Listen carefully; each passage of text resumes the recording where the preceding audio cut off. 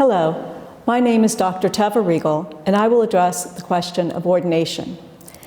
Today, many laywomen and men are serving the church in diaconal-type ministries. We have chaplains, spiritual directors, chanters, readers, homilists, philanthropic outreach coordinators, parish administrators. In addition, there are often missionaries and those who are Christian educators, to just name a few of the many diaconal ministries, diaconal-type ministries, in which they are actively participating. In our work, we are sometimes asked then, if women are already doing these ministries, why do they need to be ordained? First, we must acknowledge that the ministry of the laity is important, and we should not minimize it.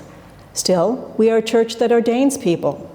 Historically, we know that women were ordained, the technical term, hierotonia, to one of the major orders of the church, the diaconate.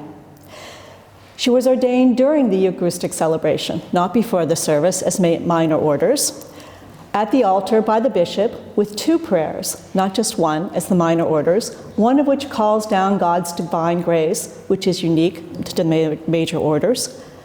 She received the orarion and received communion at the altar with the other higher clergy. So what does it mean to be ordained? Unlike Roman Catholic theology, the Orthodox Church does not believe in an objective ontological change at ordination, and unlike most Protestant theology, it's not just a functional category. According to Metropolitan John Zizioulas, one of the foremost theologians of our day, ordination establishes a new relationship within the community.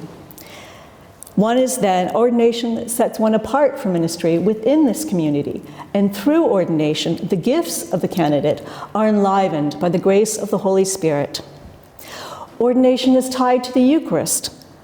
All the major orders of the church, bishop, presbyter, deacon, are ordained within the Eucharistic celebration at the altar, and thus their service is tied to the altar as both the source and summit of their ministry.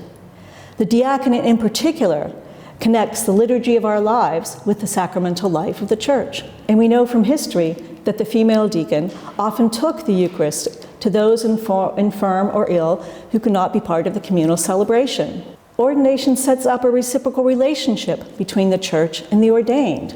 Ordination confers the authority and support of the church, but then it also demands accountability to her.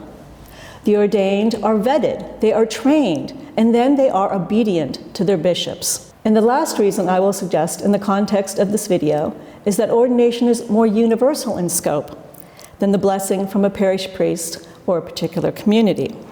It allows one to exercise their ministry in a more universal fashion.